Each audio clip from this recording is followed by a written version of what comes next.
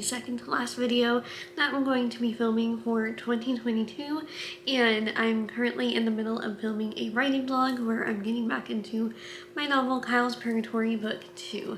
And in this video I'm going to be sharing with you what I want to read in the month of January, as I have quite a few books that I'm trying to get through from the library, and one that I haven't even started, and there's books that I want to read. So I made a little list just now before I filmed, and I have two sections. I have books that I want to finish, and then I have books that I'm going to read next.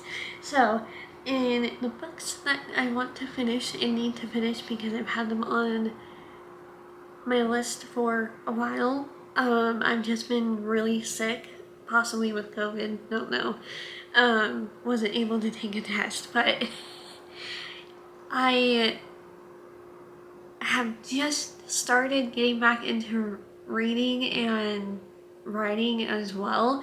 So the first book that I need to listen to is actually, or read, is actually an audiobook that I'm currently listening to, and I'm getting towards the end, but I feel like I'm going to be carrying it into 2023 in January, and that is Looking for Alaska by John Green.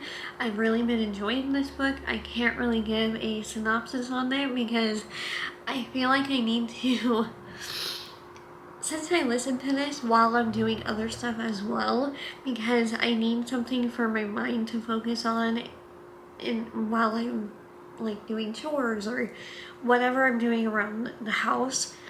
I just need something else to listen to. So I need to definitely write down synopsises if I do reviews of these books that I'm reading on audiobook. So that is the first book that I'm going to be trying to finish between now and possibly the first week of January. I almost said June for whatever reason. And the second book is one on my Kindle that I got from the Libby Library app, and all three of these are on my Libby Library app on my tablet, and it's The Girls I've Been by Tess Sharp. It's about a bank robbery and these teens that are stuck in the bank just trying to deposit their funds that they got from their, fundraiser. That's it.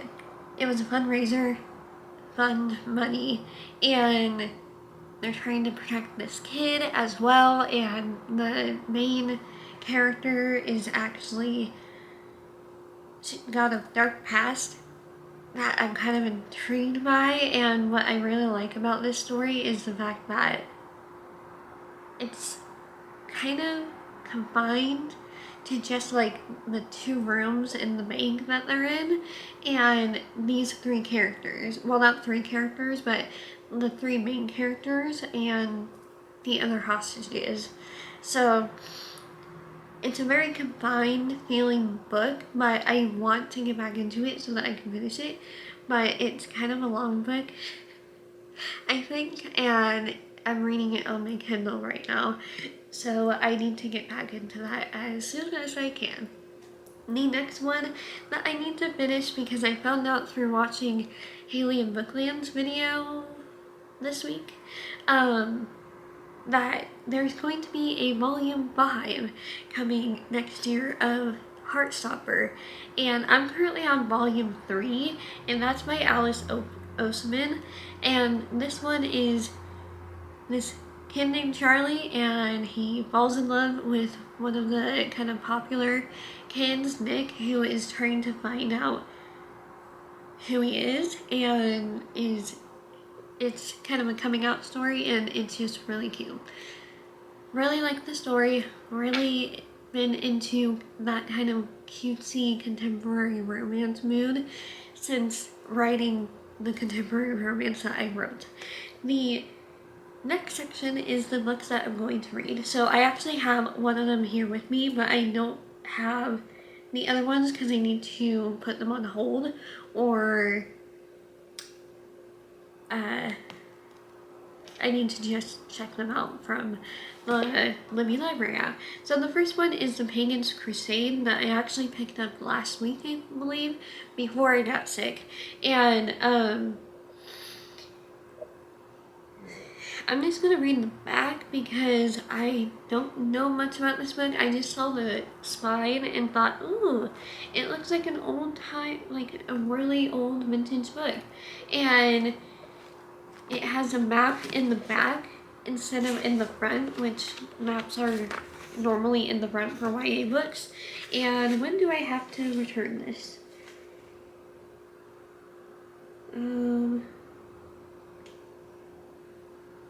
Okay, the 13th. I thought I was past the due date because it says the 19th on here, but that was when I checked it out. I was about to have a panic attack, but again, I've been sick with COVID, so I've not really been able to do much of anything outside of the house. Well, possibly with COVID. My husband has had it, so it might have transferred over to me, but that's beside the point. This is seeming like a fantasy YA book because I did pick it up in the YA section of the library.